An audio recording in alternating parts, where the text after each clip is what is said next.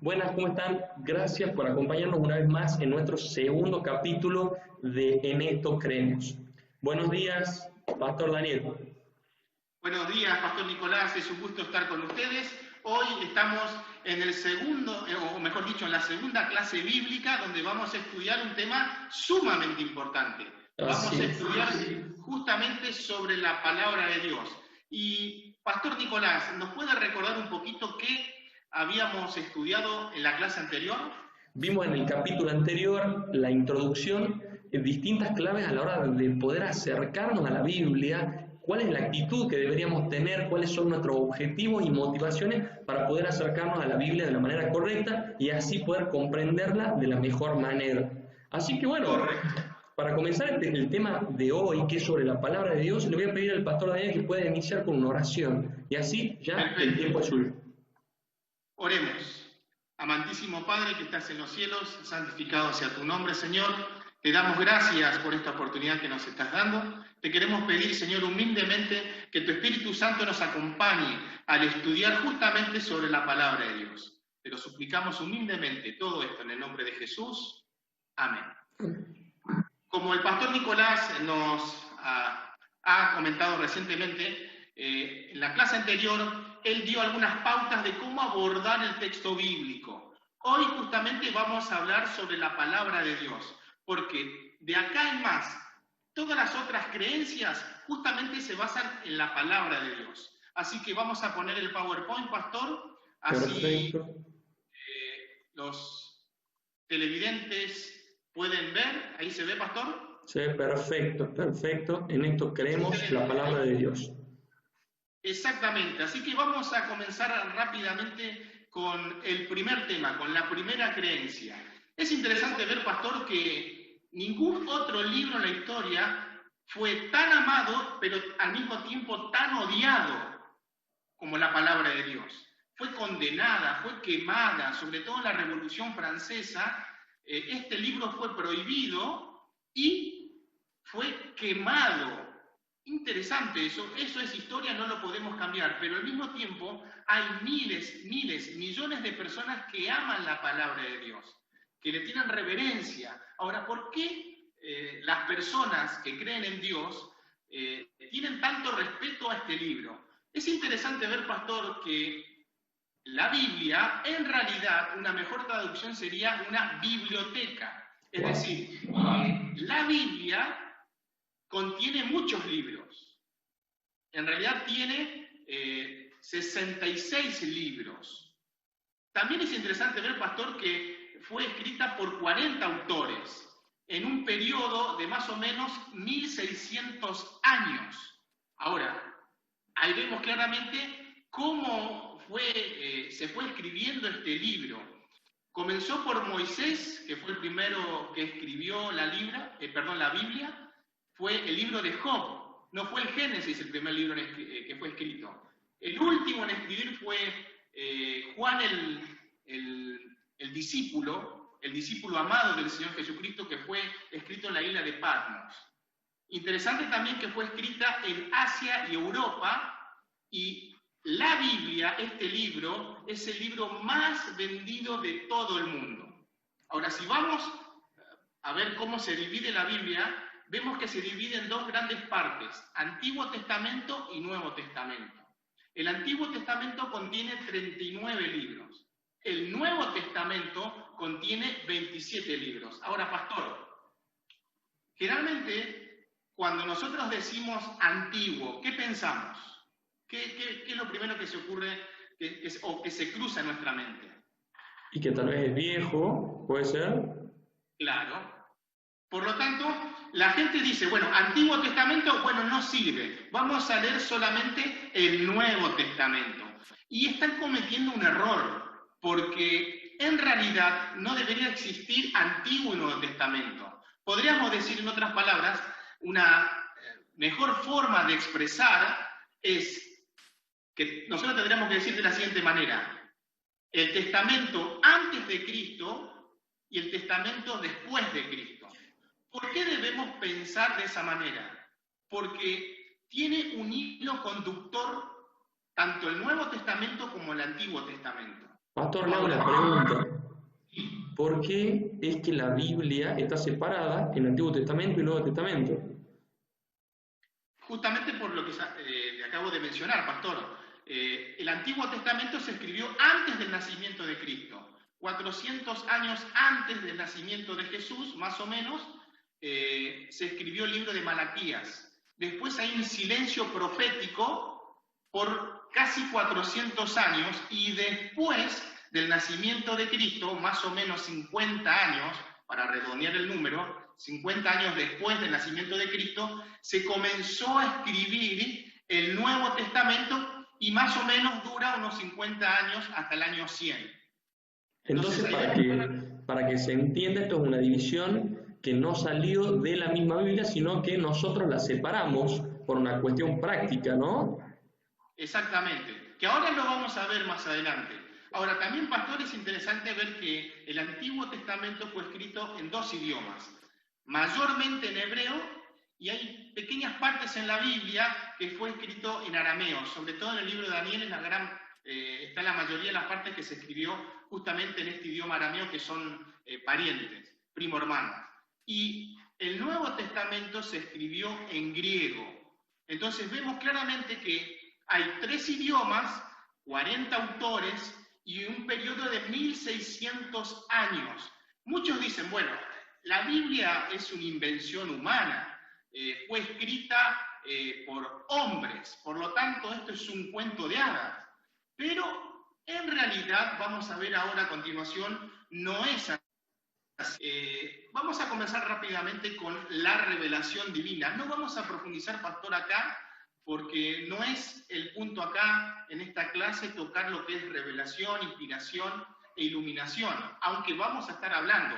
Eso seguramente más adelante lo vamos a explicar. Perfecto. Es interesante que la Biblia no viene de su influencia política, cultural, social, sino trata temas con respecto a la salvación del ser humano.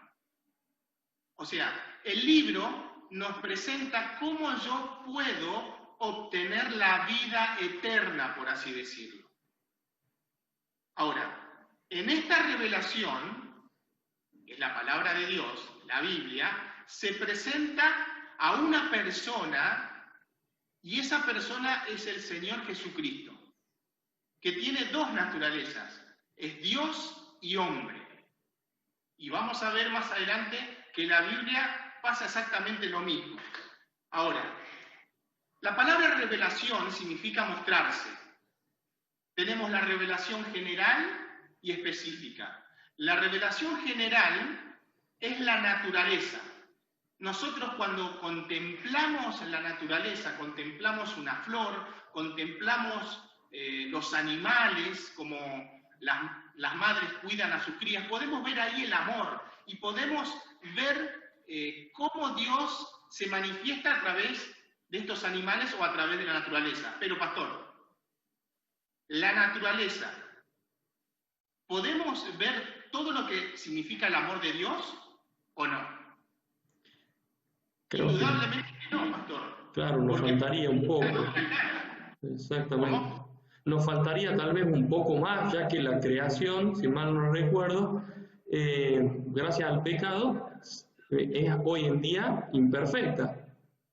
Claro, exactamente, ese es el punto que quería llegar. Sí, nos muestra la naturaleza sobre el amor de Dios, nos habla, pero al mismo tiempo, como en este mundo entró el pecado, no es completa, porque está la otra faceta donde vemos a los animales que se cazan y se matan, y bueno, ahí vemos el dolor, el sufrimiento. Por lo tanto, esta revelación, la revelación general, que es la naturaleza, es incompleta. Por lo tanto, viene la revelación especial, que hay otros puntos más. Están las teofanías, que son las apariciones de Dios, cuando se presentan los ángeles. La misma palabra de Dios es una revelación especial. Pero la mayor de todas las revelaciones es el Señor Jesucristo. Ahora, pastor, vamos a continuar esto. El punto focal de las Escrituras. Pastor, para usted, ¿cuál es el punto focal de las Escrituras?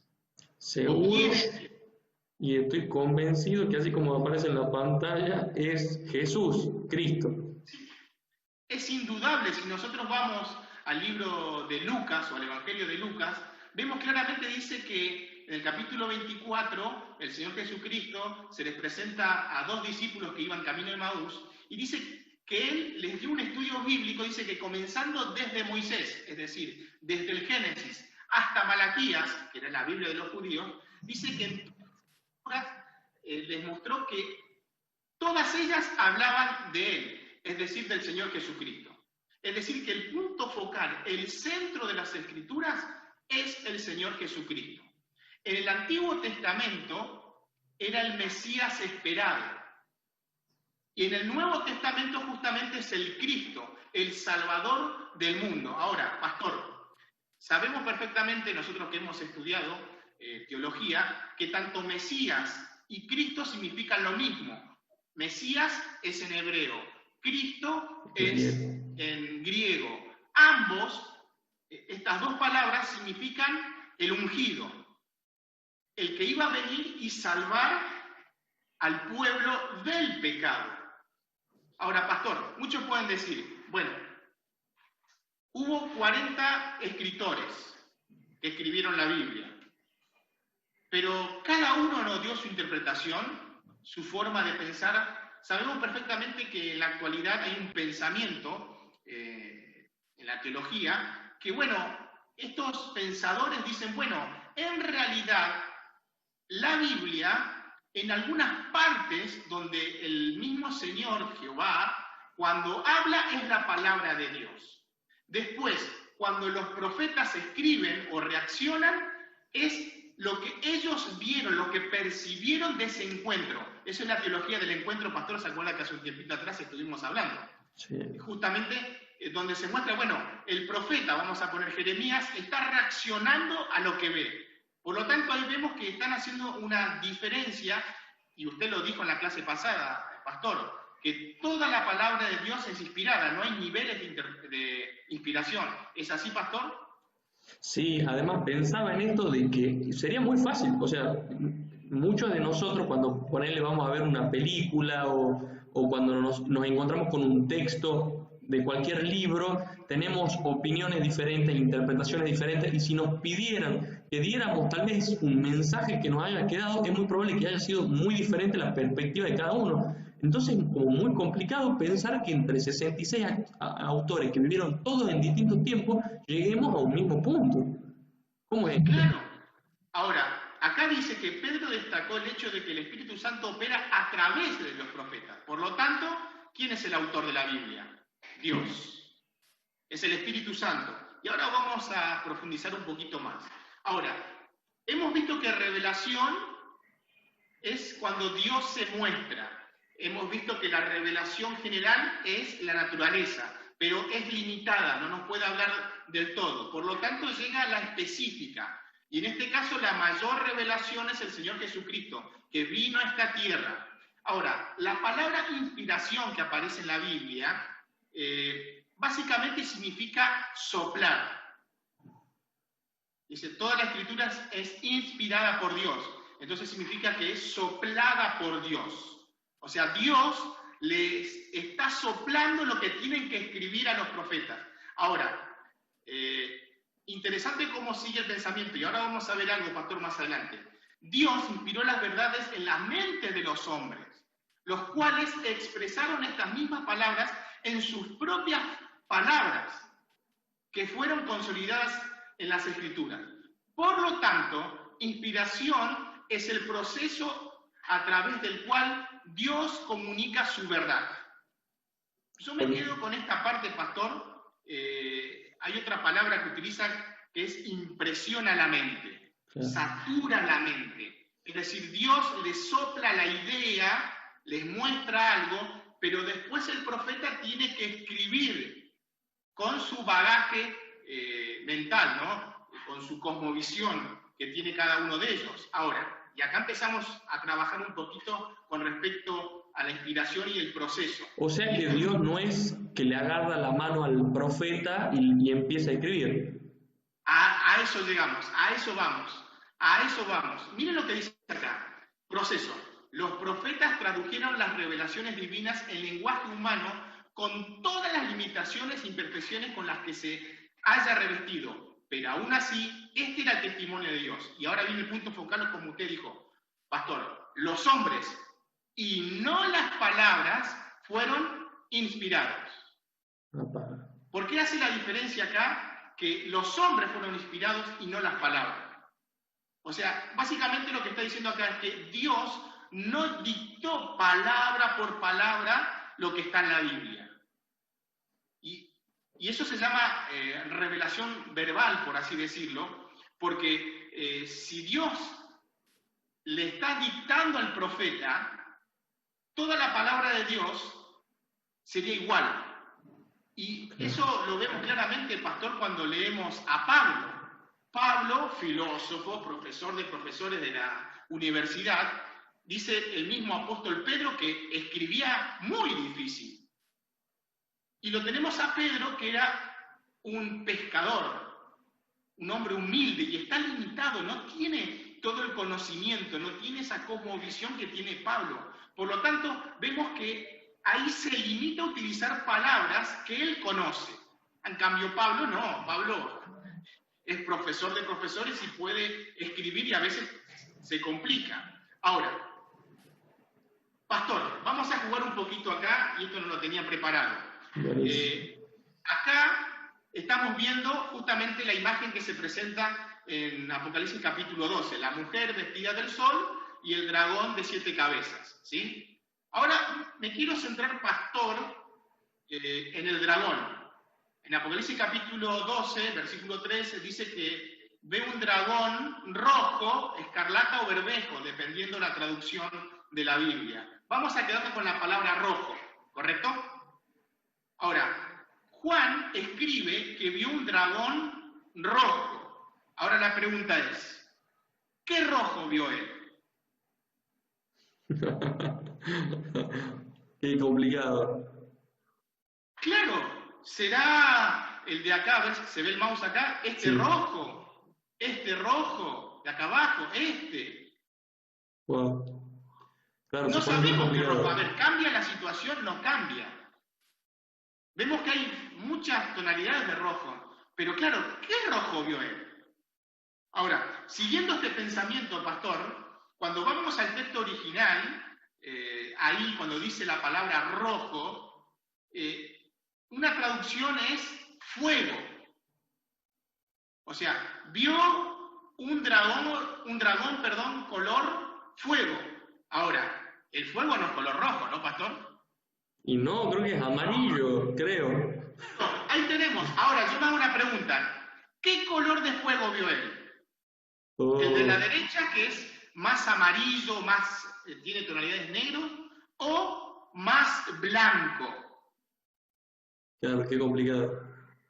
¿Se notan? O sea, no cambia el hecho, estamos viendo, o sea, ¿qué hace el profeta? A ver, pastor, si puede entender. Él ve una imagen, ahora nosotros podemos, porque tenemos una gama de colores inmensa, podemos decir, no, ese color no era este color el que más se aproximaba. Pero obviamente Juan no tenía ese conocimiento. Entonces, vemos que él, con el conocimiento que tenía, dice que vio a un dragón color fuego, sería la palabra, la traducción más correcta.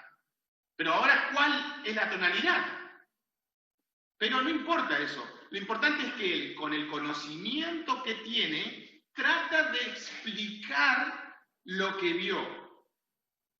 O sea, Dios le está mostrando, y ahora, si yo no tengo el conocimiento, si yo nunca he visto el color fuego, ¿qué voy a decir? Color rojo, naranja, claro, amarillo. Entonces, depende de cada autor, y ahí vemos claramente que esto también lo vamos a ver, pastor, es que Dios no dictó la palabra de Dios. Porque si no, Dios hubiera sido más específico. Ahora, muy interesante con lo que estábamos mencionando recientemente, pastor. Lo que dice esta autora, Elena de White, dice, la Biblia está escrita por los hombres inspirados, pero es la forma de pensamiento de la expresión de Dios. Con frecuencia los hombres dicen que cierta expresión no parece de Dios, pero Dios no se ha puesto así mismo a prueba en la Biblia por medio de palabras, de lógica, de retórica. Los escritores de la Biblia eran los escribientes de Dios, y repite lo mismo que antes, no su pluma. Perfecto. Pregunta, pastor. Dios no estuvo dictando, sí, pastor. Nosotros entendemos entonces que, gracias a lo que venimos viendo, de alguna manera Dios sopla en su inspiración hacia el mensaje, hacia la mente del profeta, y este profeta entonces escribe. ¿Cómo hacemos nosotros, para todos los que nos están escuchando, cómo hacemos para tener certeza de que este mensaje no fue distorsionado por la mente del profeta? Bueno, esto lo vamos a ver más adelante. Está muy buena la pregunta, porque si yo creo en la teología del encuentro, que hay dos encuentros entre Dios y el hombre, y que el profeta escribió lo que sintió en ese encuentro, entonces es subjetivo lo que escribió, ¿o no? Sí, claro que sí, sí. Porque yo puedo sentir una cosa, pero el pastor o cualquier persona que nos está viendo puede tener otra impresión. Y la Biblia no presenta eso. En ninguna parte. Ahora, tenemos una excepción. Los 10 mandamientos fueron escritos con el dedo de Dios. Pero aún así fueron expresados en nuestro lenguaje humano. Recordemos que nosotros somos finitos. Dios es infinito. Nuestra mente es finita. Por lo tanto, Él tiene que buscar un lenguaje apropiado, sencillo, para que nosotros podamos entender lo que quiere Dios de mí. Por eso envía a su Hijo como hombre, para que viva como hombre. Y noten lo interesante, el Señor Jesucristo en ninguna parte se menciona que empezó a hacer filosofía y hablando cosas extrañas. Él habla, del sembrador y que estaban trabajando y que los labradores vinieron, o de la ovejita, o de la moneda, pero dentro de eso encerraba un principio sumamente importante. Tampoco encontramos en la Biblia que hable de física cuántica ni nada de eso, porque, como dijimos al principio, Dios lo que busca a través de este libro es que nosotros conozcamos a Cristo, que Él es la salvación. Pero, acá viene un punto importante, pastor. Hay un paralelo entre la Biblia y Cristo. Ahora, pastor, ¿qué piensa usted? ¿Por qué el paralelo? ¿Por qué dice esto acá? ¿Cuál es el parecido que hay entre la Biblia y Cristo? Y los dos tienen este componente entre humano y divino que trabajan en sinonimia para poder llevar un mensaje. Tal cual. Tenemos a la Biblia, que fue escrito por hombres, pero inspirados por Dios, ahí está el factor divino, y tenemos a Cristo, que era divino y se hizo hombre. Entonces ahí tenemos, el paralelismo se ve claramente. Tenemos al Verbo que se hizo carne y habitó entre nosotros, y tenemos la palabra escrita, tangible. Entonces, acá vemos que tenemos justamente estas dos cosas que son muy parecidas. Ahora, los autores de las Escrituras. ¿Usted, pastor, piensa que todos los que escribieron la Biblia eran hombres perfectos, que tenían educación? Dijimos que no recientemente. No. Entonces, ¿cómo Dios los escogía? ¿Qué piensa usted, pastor? Y yo creo que por la posibilidad de Dios de poder impresionar sus mentes. Exacto.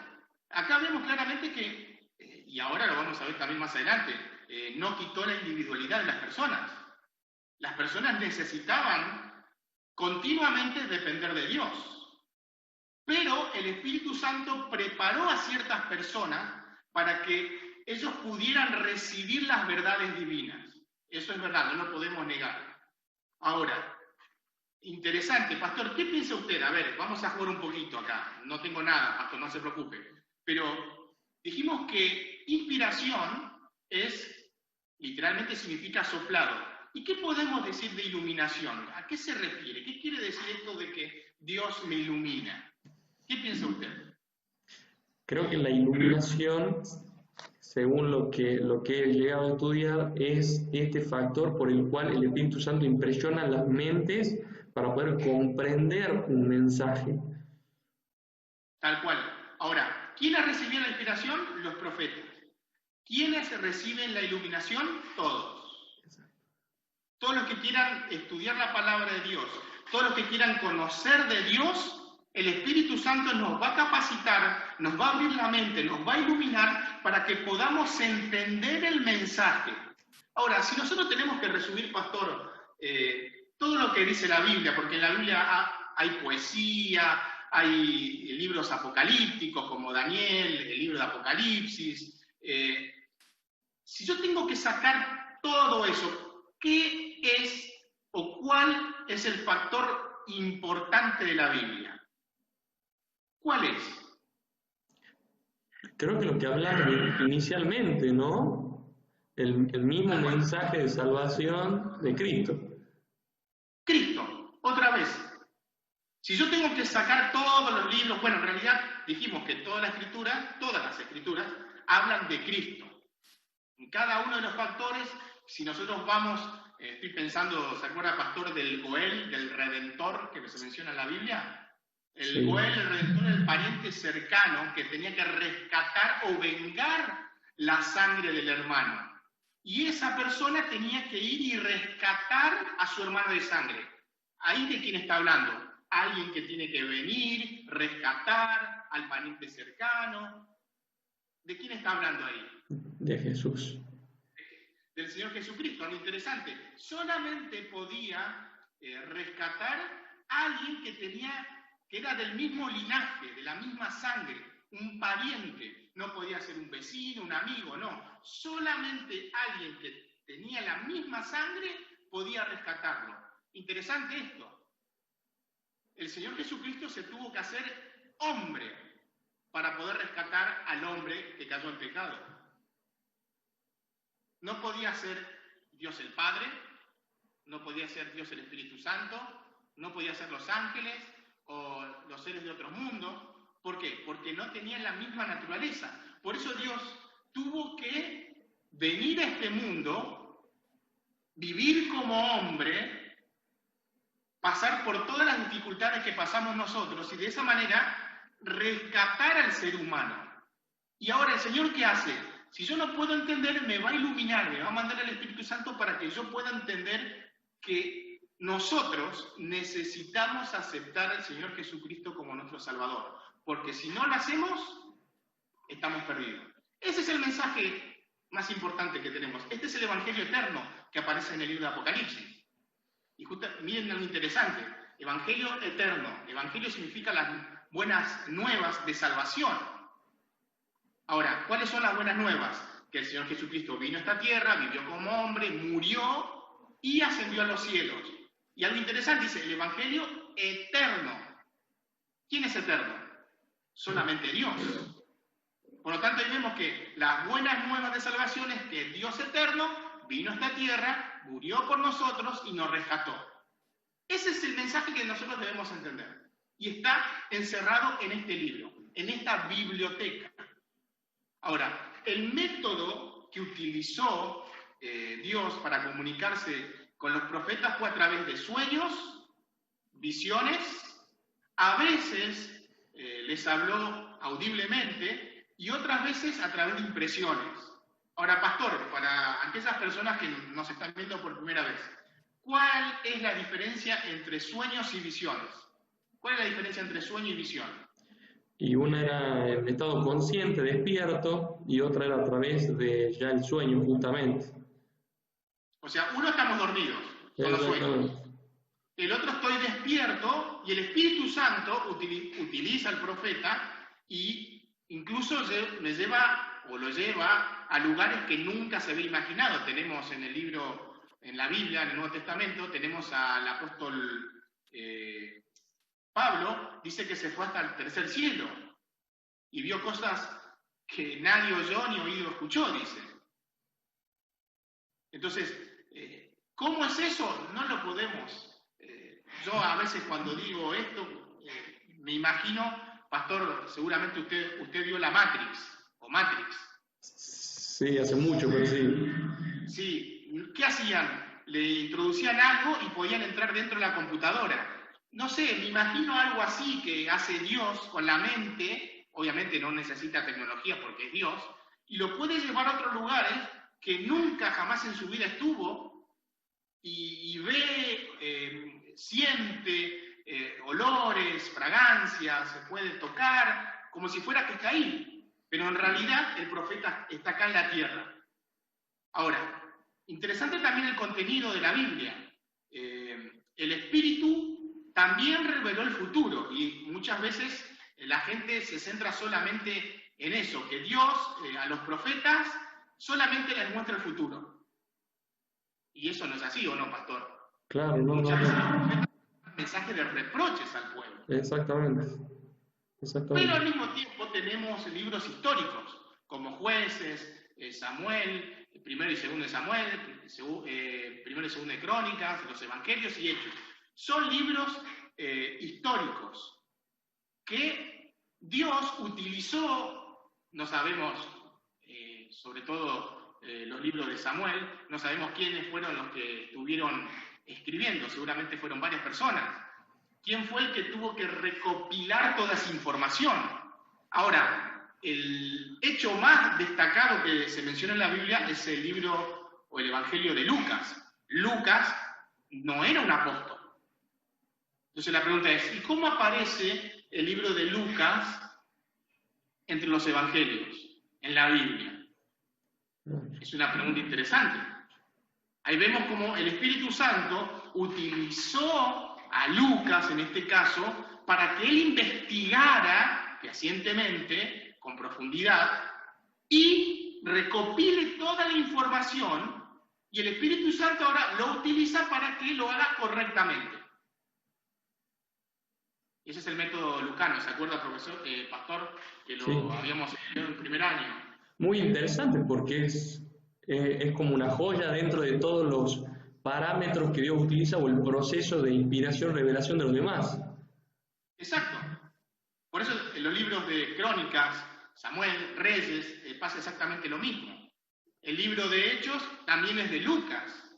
Es más, no sé si se acuerda, pastor, que en realidad tendría que ser Mateo, Marcos, Juan, Lucas y Hechos. Todos juntos tendríamos que leer así. O sea, Lucas y Hechos tendríamos que leerlo así de continuo. Y ahora, ¿por qué aparece Lucas acá si Lucas no fue un profeta? No fue un profeta, pero el Espíritu Santo lo utilizó para que haga una buena investigación, como les dije recientemente, y que juntara esa información y que lo escribiera de forma ordenada. Y eso lo dice al principio Lucas. Vamos a avanzar porque se nos está yendo el tiempo, pastor. Interesantes los datos históricos acá. Vemos que el Espíritu Santo, es parecido a lo que estábamos mencionando recientemente, utiliza a las personas con datos históricos. Eso es interesante, pastor, porque hay otros libros de otras denominaciones que dicen que acá en América del Norte, vinieron, estamos hablando justamente de los mormones. Cuando uno lee o escucha o ve la historia de ellos, dicen que, bueno, acá había una gran nación que era poderosísima y que en el monte Humora, creo que era el nombre, hubo una gran batalla ahí y que finalmente vencieron los malos, creo que eran los malos, y ahí quedó lo que nosotros conocemos como los indígenas de acá de América. Y después, y esos indígenas vinieron, eran una de las tribus perdidas de Israel. Pero cuando nosotros analizamos y buscamos información, porque usted sabe perfectamente, pastor, si hubo una gran batalla, después de una batalla siempre quedan restos de armas, de armaduras, de calzado, lo que sea, pero no se encuentra nada en ese monte. Entonces, vemos en este caso de que no coincide la historia la arqueología, etcétera, con los datos que están informando ellos. Pero en la Biblia no pasa eso, porque nosotros, si decimos, bueno, Jerusalén, ¿existe el lugar Jerusalén? Sí, existe. ¿Existe Babilonia, Nínive y todas esas ciudades que aparecen en la Biblia? Por supuesto que existe. Entonces vemos que hay una relación. Nosotros podemos palpar y ver. Pastor, ahora me estoy acordando, usted visitó una vez en Grecia, en Atenas, el lugar donde Pablo fue y dijo que los griegos adoraban al Dios no conocido. ¿Es así, pastor? Exactamente, la misma piedra. ¿Qué decía? ¿Qué sensación le dio a usted cuando vio eso? Y la verdad que parecía como un recuerdo que había leído en algún lugar, la verdad que era como súper interesante saber que la ciencia también corroboraba ese evento, porque estaba ahí registrado por distintos textos, distintos autores, de que ese lugar era el lugar principal de reunión. O sea, vemos como lo que se escribió hace 2000 años atrás está ahí ahora. Y usted lo pudo ver, pastor. Exactamente. Entonces ahí vemos que no hay hay una coordinación entre la Biblia y la historia. No es todo lo contrario como pasó o como pasa en las otras religiones. Ahora, si nosotros analizamos la Biblia, es interesante ver, o mejor dicho, la historia de la Biblia. Al principio del siglo pasado, de los 1900, la Biblia estaba siendo atacada, sobre todo más o menos a la mitad del siglo pasado, estaba siendo atacada de forma, pero abismal, diciendo de que la Biblia era un invento, que era un cuento, que fue escrito muchos años después. Entonces parecía que estas personas que criticaban la Biblia tenían razón. Hasta que llegó el año 1947 y un muchacho en Qumran, ¿sí? Los rollos muertos, así se llaman, el Mar Muerto, perdón, los rollos del Mar Muerto, quise decir. Dice que este muchacho, en ese sector había muchas cuevas, agarró una piedra, arrojó la piedra y escuchó que algo se rompió.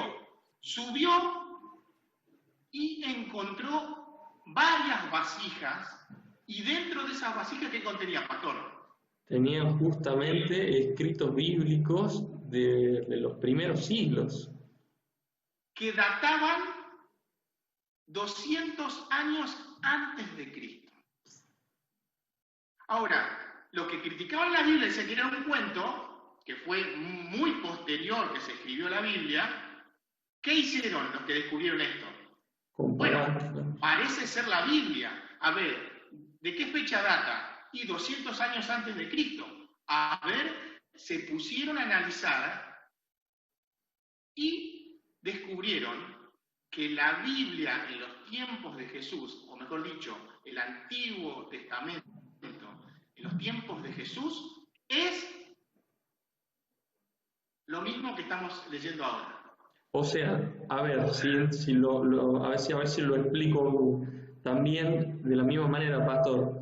O sea que había textos que se tenían que eran muy nuevos, que eran de hace poquito, que eran copia de copia de copia de copia de copia de copia de copia. Y se encontraron otros textos, pero muy antiguos, que eran como más cercanos al texto original. Se compararon los dos y uno pensaría, bueno, pasó mucho tiempo entre los dos, seguramente va a haber errores por copiar y copiar y copiar y copiar y copiar. Pero sin embargo, eran muy idénticos. ¿Puede ser?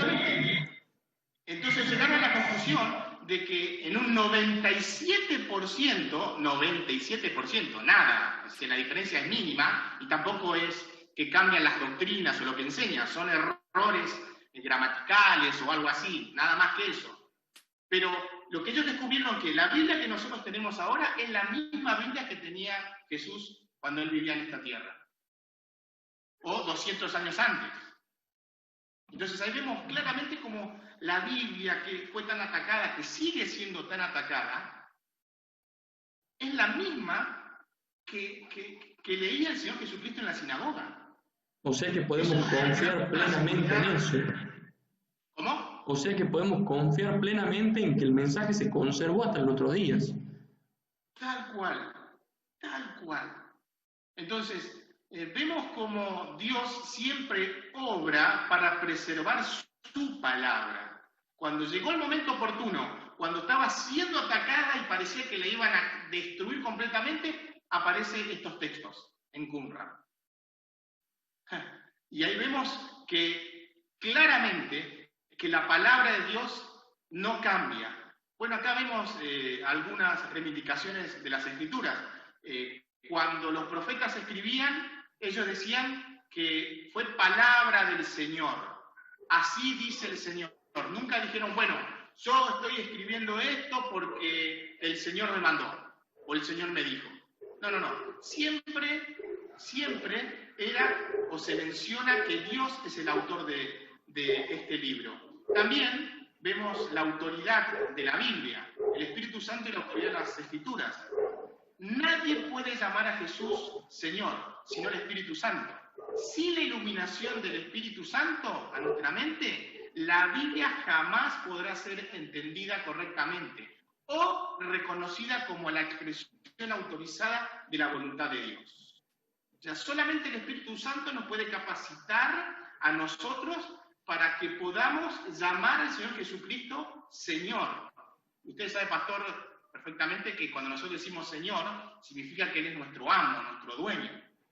Y como eso significa que nosotros somos esclavos de Él. Y el esclavo se limita solamente a ¿qué? A obedecer. Pero en este caso, lo obedecemos por amor, porque Él nos rescató. Cuando nosotros no merecíamos nada, porque éramos pecadores. Pero sin el Espíritu Santo jamás podemos entender la palabra de Dios. Por eso es importante cada vez que abramos nuestras Biblias para estudiar, elevar una oración al Señor para que Él nos pueda iluminar y entender correctamente lo que dice la palabra de Dios. Bueno, lo que estaba mencionando, ya estamos casi terminando, la autoridad. Pareciera que hay una diferencia, una pelea irreconciliable entre la ciencia y la Biblia. ¿Qué dicen los científicos con respecto a la Biblia, pastor? No, eso es un cuento, eso son invenciones para enfrascar la mente de la gente. ¿Escuché esa expresión alguna vez, pastor? Tremenda veces, muchísimas veces. Sí, o sea, como el que lee la Biblia se aleja de la ciencia. Claro. Y todo lo contrario. Y algo importante, pastor. No vamos a entrar justamente ahora a debatir el por qué se rompió esta unión entre la ciencia y la Biblia, que eso justamente con la Revolución Francesa, una revolución atea. Claro, tenemos a la Iglesia que por siglos y siglos, la Iglesia medieval, prohibía que se investigara. Entonces apareció una persona que dijo, bueno, en realidad la Tierra no es el centro del universo, el Sol es el centro y nosotros estamos girando alrededor de él. ¿Y qué hizo la Iglesia? Hay que retractarse, porque la Biblia dice que Sol detente, dijo, y el Sol se detuvo. Josué estamos hablando, ¿no? Entonces dice, ¿ves? El Sol se detuvo, por lo tanto, la Tierra es el centro. Entonces, bueno, no vamos a explicar todo eso. Entonces, cuando vino la Revolución Francesa, que es atea, se divorciaron la ciencia y la religión. Y hasta el día de hoy es irreconciliable, aparentemente. Pero no puede haber contradicciones. Es cierto que la Iglesia hizo eso, es correcto. Pero estamos hablando de un poder totalitario que sesgó el pensamiento humano. Ahora, interesante los hechos científicos. Miren lo que dice acá en Job 26:7. Él extiende al norte sobre vacío, cuelga la tierra sobre la nada. Es decir, noten, acá en Job, que fue el primer libro que se escribió en la Biblia, 1500 años antes aproximadamente, antes del nacimiento del Señor Jesucristo, Job está diciendo, en este caso Moisés fue el que escribió, pero Job dice que la tierra cuelga en el vacío. Y es verdad. El espacio, no hay nada, hay vacío. Miren también lo que dice Job 28:25. Dice, al dar peso al viento y poner las aguas por medida. Dice, al dar peso al viento. Eso significa que el aire tiene peso. Y uno diría, ¿cómo que el aire tiene peso? Y sí, el aire tiene peso. Por eso cuando los meteoritos entran a la Tierra, la fricción que hace, que se prenda fuego. Y también vemos esto interesante, ¿no? En el tiempo de Job, en el tiempo del Señor Jesucristo, pensaban que habían pocas estrellas en el cielo. Pero, miren lo que dice Jeremías. Dice que no se puede contar el ejército del cielo. Y acá vemos claramente, esto está corroborando lo que dice la ciencia actualmente, que existen no miles de estrellas o millones, miles de millones de millones de millones de galaxias. Y cada galaxia tiene millones y millones y millones de estrellas. O sea, es incalculable. Y para ir terminando, vemos que la autoridad de la Biblia y los dones del Espíritu. El Espíritu Santo no fue prometido con el objeto de sobreponerse a la Biblia en realidad. Todos los dones del Espíritu deben testearse con la Biblia. Si no están de acuerdo con ella, deben descartarse. Y quiero mencionar algo, pastor. Si existiera la revelación verbal, es decir, Dios me habla directamente, y usted sabe, pastor, que en otras denominaciones pasa esto. Se deja de costado la Biblia porque dicen, el Señor me habló directamente a mi mente, a mi corazón, y yo tengo que hacer lo que dice el Señor. ¿Qué puede pasar con eso, pastor? Podemos guiarnos completamente, claro. Me acuerdo una vez cuando usted estaba colportando, pastor, cuando uno le dijo, una mujer le dijo, pobrecito, es que no entendés lo que es sentir el don del Espíritu Santo. ¿Se acuerda, pastor? Sí, como si fuera ayer. Pero no, deben someterse. ¿Dios me puede hablar? Sí, por supuesto que me puede hablar. No, a través de impresiones, una voz, lo puede hacer. Pero si yo escucho una voz, debo someterlo o testearlo a través de ¿qué? La palabra de Dios. La palabra de Dios. Si está de acuerdo con la palabra de Dios, vamos a avanzar. Porque, a ver, si yo escucho una voz, pastor, y esto usted sabe, pastor, que ha pasado, que dice, bueno, yo soy pastor de iglesia, y hay varias hermanas de iglesia, jóvenes, entonces yo voy y escucho una voz que me dice, tenés que acostarte con esa hermana. Pero yo soy casado, no, pero vos, yo te estoy hablando, yo soy Dios, tenés que acostarte. Entonces yo voy, porque el Señor me habló, voy a la hermana y le digo, el Señor me dijo que tengo que tener relaciones con vos. ¿Será que Dios me habló? Definitivamente no. No, porque tenemos los mandamientos, dice no cometerás adulterio. Exactamente. Entonces, no puedo contradecir lo que dice la palabra de Dios. Por eso, es muy subjetivo, pastor, cuando yo digo que el Señor me habló, o cuando viene alguna persona y dice, el Señor me habló. Y sí, pero ¿cuál es el parámetro? Y sabe, pastor, que usted sabe perfectamente que esas personas que dicen esto, no leen la Biblia. Porque dice, ¿para qué voy a leer la Biblia si Dios me habla directamente? Y justamente el enemigo, ¿qué quiere? Que no leamos la Biblia y que no, para no estar preparados para estas voces que se pueden escuchar. Último, ya estamos terminando. Unidad. La lectura superficial conducirá a una comprensión superficial. La Biblia no presenta una uniformidad monótona, sino una rica y colorida diversidad de testimonios armoniosos, revelando una belleza rara y distinta. Interesante, me quedo con la primera parte. Si yo leo superficialmente la Biblia, ¿cómo va a ser mi comprensión, pastor? Superficial. Entonces yo necesito estudiar la Biblia, sentarme, meditar en ella. Un ejemplo claro de la revelación progresiva se demuestra a través de la armonía existente entre el Antiguo y Nuevo Testamento.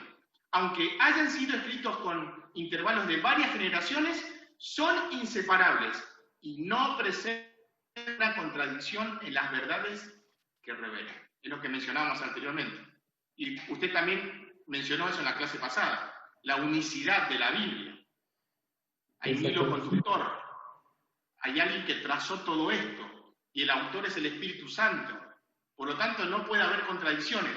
Ahora, pastor, si yo encuentro una aparente contradicción en la palabra de Dios. ¿Qué debo hacer? Seguir revisando y estudiando más asiduamente porque es muy probable que mi comprensión no haya sido correcta. O sea, lo que yo tengo que hacer es, bueno, si yo leo esto, uy, está contradiciendo.